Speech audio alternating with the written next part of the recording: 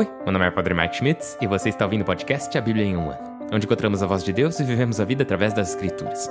O podcast original The Bible in a Year foi produzido pela Ascension e essa versão brasileira traduzida pelo Heitor e dublada pelo Leandro. Usando a linha do tempo da Bíblia A Grande Aventura, vamos ler de Gênesis até Apocalipse, descobrindo como se desenrola a história da salvação e como nos encaixamos nessa história hoje. É o dia 330 e hoje a conta tá fácil. Falta só mais 35 dias para acabar. E dessa vez eu tenho certeza, porque 330 mais 35 dá 365. E um ano tem 365 dias. Então, toma essa. Eu sei matemática. Hoje é o dia 330. Hoje vamos ler Atos dos Apóstolos, capítulo 9, e a conclusão da carta de São Paulo aos Romanos, que são os capítulos 15 e 16. Como sempre, a Bíblia... Hoje também vamos ler Provérbios 27, versículos de 18 a 20. Agora sim, a Bíblia que eu uso todos os dias é a Bíblia da Grande Aventura da Ascension em inglês. Você pode acompanhar-nos no qualquer Bíblia que você preferir. Nós recomendamos a Bíblia do Peregrino. Se você quiser saber quais são os seus próximos capítulos ou marcar o quanto você já leu, é só baixar o plano de leitura de graça no link na descrição do vídeo. E você pode se inscrever no canal e ativar o sininho, assim você vai receber uma notificação sempre que o episódio sair. Hoje é o dia 330. Vamos ler Atos dos Apóstolos, capítulo 9, a conversão de Saulo, os capítulos 15 e 16 de Romanos, que é a conclusão dessa obra-prima, que é a carta de São Paulo aos Romanos, e também Provérbios 27, versículos de 18 a 20. Atos dos Apóstolos, capítulo 9. Conversão de Paulo. Saulo, respirando ameaças contra os discípulos do Senhor, apresentou-se ao sumo sacerdote e lhe pediu cartas para as sinagogas de Damasco, autorizando-o a levar presos para Jerusalém todos os seguidores do caminho que encontrasse, homens e mulheres. Estando em viagem, já perto de Damasco, de repente uma luz celeste o ofuscou. Caiu por terra e ouviu uma voz que lhe dizia: Saul, Saul, por que me persegues? Respondeu: Quem é, Senhor? Disse-lhe: Eu sou Jesus, a quem tu persegues. Agora levanta-te, entra na cidade, e aí te dirão o que deves fazer. Os acompanhantes se detiveram mudos, pois ouviam a voz e não viam ninguém. Saulo levantou-se do chão e, ao abrir os olhos, não enxergava. Tomando-o pela mão, fizeram-no entrar em Damasco, onde esteve 3 dias cego, sem comer nem beber. Havia em Damasco um discípulo chamado Ananias. Numa visão, o Senhor lhe disse: Ananias! Respondeu: Estou aqui, Senhor. E o Senhor a ele: Dirige-te à rua principal e procura em casa de Judas um certo Saulo de Tarso. O encontrarás orando. Numa visão, Saulo contemplava certo Ananias que entrava e lhe impunha as mãos para que recuperasse a visão. Ananias respondeu: Senhor, ouvi muitos falar desse homem e contar todo o mal que fez aos consagrados de Jerusalém. Agora está autorizado pelos sumos sacerdotes para prender os que invocam teu nome. O Senhor lhe respondeu: Vai, pois ele é meu instrumento escolhido para difundir meu nome entre pagãos, reis e israelitas. Eu lhe mostrarei o que deve sofrer por meu nome. Ananias saiu, entrou na casa e lhe impôs as mãos, dizendo: Irmão Saul, o Senhor Jesus me enviou, aquele que te apareceu quando vinhas, para que recuperes a visão e te enchas do Espírito Santo. Imediatamente caíram de seus olhos umas como escamas, recuperou a visão, levantou-se, batizou-se, comeu e recuperou as forças. E ficou alguns dias com os discípulos de Damasco. Logo se pôs a proclamar nas sinagogas que Jesus é o Filho de Deus. Todos os ouvintes comentavam assombrados: Não é este o mesmo que devastava em Jerusalém os que invocavam tal nome, e veio aqui para levá-los presos aos sumos sacerdotes? Mas Saulo ia ganhando força e confundia os judeus que habitavam em Damasco, afirmando que Jesus é o Messias. Passados muitos dias, os judeus decidiram eliminá-lo. Mas Saulo ficou sabendo do seu plano. E visto que vigiavam as portas da cidade dia e noite para eliminá-lo, certa noite os discípulos o desceram num cesto muro abaixo. Saulo em Jerusalém. Ao chegar a Jerusalém, tentava juntar-se aos discípulos, mas eles o temiam, pois não acreditavam que fosse discípulo. Então Barnabé o apresentou aos apóstolos e contou como ele havia visto o Senhor no caminho, como lhe havia falado e com qual ousadia anunciara o nome de Jesus em Damasco. Saulo permaneceu em Jerusalém, movimentando-se livremente. Anunciava corajosamente o nome de Jesus. Conversava e discutia com os judeus de língua grega que tentavam eliminá-lo. Mas os irmãos ficaram sabendo, o acompanharam até Cesareia e o enviaram a Tarso. A igreja inteira da Judéia, Galiléia e Samaria vivia em paz. Ia se construindo na veneração do Senhor e crescia animada pelo Espírito Santo. Cura e ressurreição. Numa de suas viagens, Pedro desceu para visitar os consagrados que habitavam em Lida. Encontrou certo Enéas, que fazia 8 anos estava paralítico na cama. Pedro lhe disse: Enéas, Jesus Cristo te cura. Levanta-te e arruma a cama. Imediatamente se levantou. Todos os habitantes de Lida e Saron viram isso e se converteram ao Senhor. Em Jope vivia uma discípula chamada Tábita, que quer dizer gazela. Distribuía muitas esmolas e fazia obras de caridade. Aconteceu que nessa ocasião ficou doente e morreu. Eles a lavaram e colocaram no piso superior. Visto que Lida está perto de Jope, os discípulos, ouvindo que Pedro se encontrava ali, enviaram 2 homens para buscá-lo. Vem cá sem demora. Pedro saiu em companhia deles. Ao chegar, o levaram ao piso superior. Acorreram a ele todas as viúvas, chorando e mostrando-lhe os mantos que Gazela fazia quando vivia com elas. Pedro fez todos sair, ajoelhou-se e rezou. Depois, voltado para o cadáver, ordenou: Gazela, levanta-te. Ela abriu os olhos e, ao ver Pedro, levantou-se. Ele deu-lhe a mão e a pôs de pé. Depois chamou os consagrados e as viúvas e apresentou-a viva. O fato ficou conhecido em toda Jope e muitos creram no Senhor. Pedro ficou algum tempo em Jope, na casa de Simão, o curtidor. A carta de São Paulo aos Romanos, capítulo 15. Nós, os fortes, temos de arcar com as fraquezas dos fracos, e não procurar nossa satisfação. Procure cada qual a satisfação do próximo, para o que é bom e construtivo. Tampouco o Messias procurou a própria satisfação, mas como está escrito, as afrontas com que te afrontam caíram sobre mim. O que se escreveu, então, foi para a nossa instrução, para que pela paciência e consolação da Escritura tenhamos esperança. O Deus da paciência e da consolação vos conceda concórdia mútua, seguindo Cristo Jesus, de modo que num só coração e numa só voz glorifiqueis a Deus, Pai de nosso Senhor Jesus Cristo. A boa notícia para judeus e pagãos. Portanto, acolhei-vos mutuamente, como o Messias vos acolheu, para a glória de Deus. Quero dizer, Cristo se fez ministro dos circuncidados em atenção à fidelidade de Deus, cumprindo as promessas dos patriarcas. Ao passo que os pagãos glorificam a Deus por sua misericórdia. Como está escrito: vou te confessar diante dos pagãos e cantarei em tua honra. E em outro lugar: louvai, nações todas, junto com o seu povo. E de novo: louvai ao Senhor todas as gentes, que todos os povos o exaltem. Isaías, por sua vez, diz: levantar-se-á o broto de Jessé, se levantará para governar as nações. Nele esperarão os povos. O Deus da esperança vos cumule de alegria e paz na fé, para que transbordeis de esperança pela força do Espírito Santo. Missão de Paulo para os pagãos. Quanto a vós, queridos irmãos, estou convencido de que estáis cheios de bondade e repletos de todo conhecimento, e que podeis admoestar-vos mutuamente. Contudo, pela graça recebida de Deus de ser ministro de Jesus Cristo para os pagãos e oficiante da boa notícia de Deus, tive a audácia de vos escrever e refrescar vossa memória, para que a oferta dos pagãos seja aceita e consagrada pelo Espírito Santo. Por Cristo Jesus, posso sentir-me orgulhoso diante de Deus, mas não ousarei falar, se não for do que Cristo realizou por meu intermédio para a conversão dos pagãos, por palavras e obras, com sinais e prodígios, com a força do Espírito de Deus. Partindo de Jerusalém e seus arredores até Ilíria, completei o anúncio da boa notícia do Messias.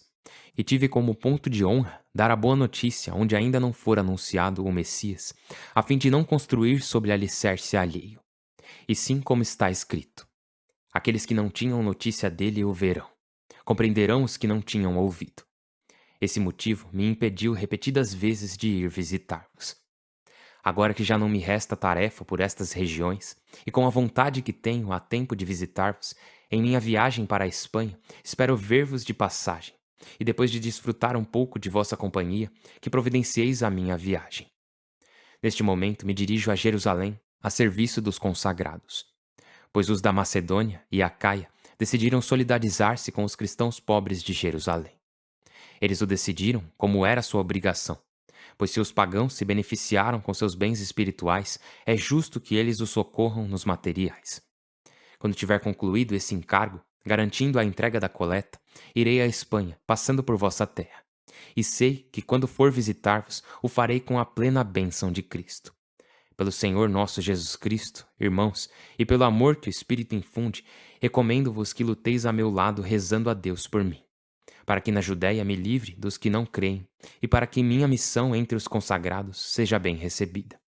Assim, se Deus quiser, poderei visitar-vos com alegria para descansar um pouco junto de vós. O Deus da paz esteja com todos vós. Amém. Capítulo 16. Saudações pessoais.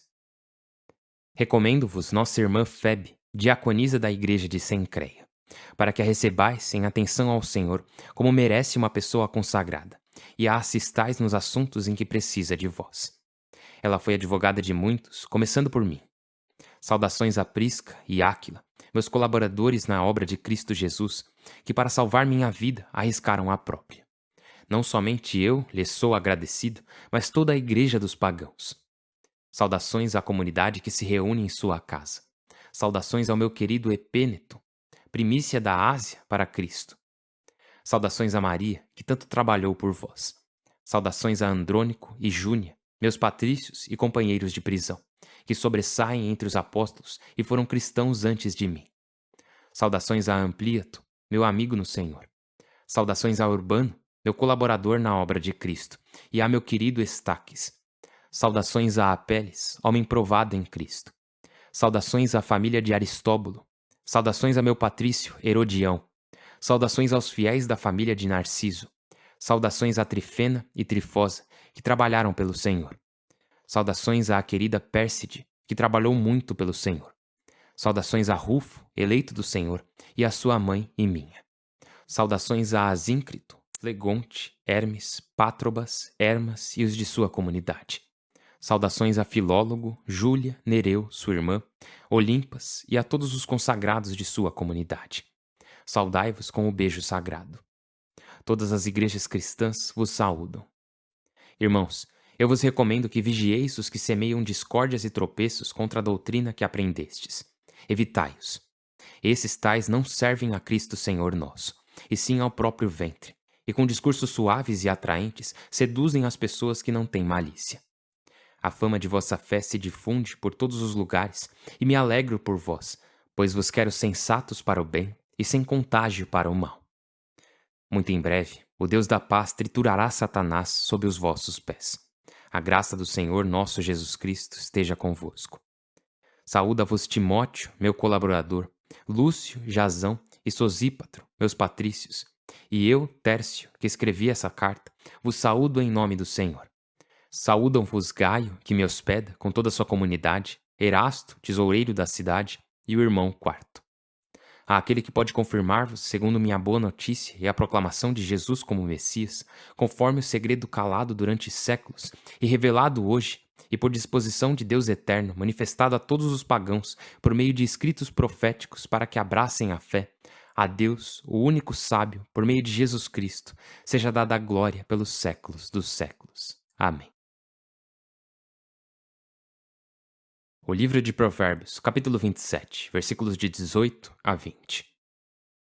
Quem guarda uma figueira comerá figos. Quem guarda seu patrão receberá honras. Como o rosto se reflete na água, assim o homem em sua consciência. Inferno e abismo são insaciáveis. Insaciáveis são os olhos do homem. Pai do céu, nós te louvamos e glorificamos. Somos muito gratos a ti, Senhor Deus. Obrigado por nos guiar, não apenas através da carta de São Paulo aos Romanos, mas obrigado por nos levar até ela. Obrigado por abrir nossos corações e nossas mentes através dessa grande encíclica, né? Essa grande carta, essa grande epístola de graça do teu amor por cada um de nós. Nos ajude a dizer sim ao teu amor hoje e em todos os dias de nossas vidas. Por Cristo nosso Senhor. Amém. Em nome do Pai, do Filho e do Espírito Santo. Amém. Em Atos dos Apóstolos hoje, ouvimos não apenas sobre os dois superapóstolos, né? Saulo e Pedro, mas vimos a conversão de Saulo. E tem algo muito interessante, quer dizer, óbvio que tem. Tem um milagre enorme que aconteceu ali. Porque ele estava, como diz lá, respirando ameaças contra os cristãos. Ele estava a caminho de Damasco para prender os cristãos e trazê-los de volta para Jerusalém. Mas Jesus vem e aparece a Saulo e o que ele diz? Ele diz: Saul, Saul, por que me persegues? Quem é você, Senhor? Ele diz: Eu sou Jesus, a quem tu persegues. Mas aí você pensa: peraí, Saulo não está perseguindo Jesus, né? Ele não teve nada a ver com a morte de Jesus, pelo que sabemos. Então, quem ele está perseguindo? Ele está perseguindo a igreja. E é isso. Mais uma vez temos Jesus se identificando com a igreja que ele instituiu. Se identificando com as pessoas que acreditam nele. Com os cristãos, né? As pessoas que estão tentando seguir os seus passos. E ele está dizendo: eu estou com eles. Eu sou eles. Quando você persegue a igreja, você está me perseguindo. E isso é muito, muito importante. Mas além disso, Jesus aparece depois para Ananias. E nisso, ele revela para Ananias que, olha, eu quero que você vá e cure este homem chamado Saulo de sua cegueira. Agora, aqui tem algo interessante. Por que Jesus, que nessa visão cegou Saulo, não apareceu novamente para Saulo e o curou? Porque faria sentido, né? Tipo, se Jesus já apareceu uma vez, por que não aparecer duas vezes? Até ajudaria a confirmar sua aparição. Bom, ele não fez isso porque em qual era eles estão? Eles estão na era da igreja, na era em que o Espírito Santo está trabalhando através da igreja. Então, ao invés de Jesus aparecer, cegar Saulo e depois aparecer de novo para curá-lo, ele envia não um apóstolo, mas assim, apóstolo quer dizer enviado, né? Mas, enfim, ele envia um dos cristãos. Ele envia um membro do corpo de Cristo para Saulo para curá-lo. E isso ensina não apenas a Saulo, mas a todos nós, essa questão que é muito importante, de que Jesus age através de sua igreja tão poderosamente quanto ele agiu através de sua encarnação. E assim, o mesmo Jesus que poderia ter curado Saulo, ao invés disso, enviou Ananias para curá-lo. Assim, claro, ele quem curou Saulo através de Ananias, mas isso é muito importante para nós, porque às vezes podemos nos esquecer desse contexto de comunidade, de comunhão e de que Deus age através de sua igreja na terra. E daí tem mais coisa porque Ananias, ele resiste um pouco, né? Ele não gosta muito da ideia de início. Daí Jesus vai e diz a ele: vai, pois ele, Saulo, é meu instrumento escolhido para difundir meu nome entre pagãos, reis e israelitas. E daí no versículo 16, eu lhe mostrarei o que deve sofrer por meu nome. De novo, isso que falamos ontem, que a igreja se expandiu por causa da perseguição, que foi em meio ao sofrimento que a igreja cresceu. E aqui Jesus está falando sobre Saulo, dizendo, sim, ele é meu instrumento escolhido para difundir meu nome entre pagãos, reis e israelitas, e eu lhe mostrarei o que deve sofrer por meu nome. E assim, mais tarde São Paulo dirá, agora me alegro de padecer por vós, de completar, a favor de seu corpo, que é a igreja, o que falta aos sofrimentos de Cristo. E reconhecemos que somos chamados a unir nossos sofrimentos aos sofrimentos de Jesus Cristo. Saulo deixa isso muito, muito claro. E Jesus também, que ele fala que sim, Paulo é o meu escolhido, e ele vai sofrer muito pelo meu nome. E conosco é a mesma coisa. Se queremos ser instrumentos de Deus nesse mundo, por que conosco seria diferente? Por que pensaríamos que seríamos poupados dos sofrimentos que todo instrumento escolhido, todo amado de Deus passa? Por que seríamos diferentes? E a verdade, claro, é que não somos. E ainda assim, esses sofrimentos às vezes nos surpreendem, porque, assim, eles podem nos deixar angustiados, tristes, mas eles nunca deveriam nos deixar surpresos. Porque sabemos que, se pertencemos ao Senhor, é óbvio que vamos ter de sofrer por Ele. Isso não torna as coisas mais fáceis, mas pelo menos dá um propósito. E nos dá a certeza de que não estamos abandonados, não estamos sozinhos. E assim, poderíamos falar sobre Pedro e suas curas, sobre ele ressuscitar a moça, que tinha o nome de Gazela, né? Que diz lá que o nome dela era Tabita, que significa gazela. Ai, ai, bom demais, né? Pedro falando, Gazela, levanta-te. E ele ressuscita ela dos mortos, e é incrível demais. E de novo, vemos o poder de Deus trabalhando através de seu povo. Mas também chegamos à conclusão da carta de São Paulo aos Romanos. Vemos o último capítulo, capítulo 16, saudações pessoais. E percebemos que aqui, o contexto, são indivíduos, né? Não são apenas grupos de pessoas. Não é só a grande igreja em Roma, a igreja em Jerusalém, a igreja em Corinto. mas são pessoas com nomes que Paulo conhece. São pessoas com nomes que todos conhecem. São relacionamentos. E sabemos que isso é verdade, que o evangelho é propagado principalmente através de amizades e através da família. E essa é uma das chaves do crescimento da igreja, que Jesus Cristo continuará sempre a ser conhecido principalmente através de amizades e através da igreja. Sim, é muito legal termos a palavra de Deus sendo proclamada em um podcast como esse todos os dias. É sensacional, é incrível, é uma bênção. Mas sabemos que a conversão profunda virá através de amizades. A conversão profunda acontecerá através da família. Eu tenho certeza que a maior parte das pessoas que estão ouvindo esse podcast ou recebeu ele de algum amigo ou familiar, ou pelo menos já compartilhou ele com algum amigo ou alguém da família. Então você vê que isso é real. E assim, vamos continuar rezando uns pelos outros, né? Porque temos amigos e temos familiares que desejamos, queremos que eles conheçam o amor de Deus em Jesus Cristo.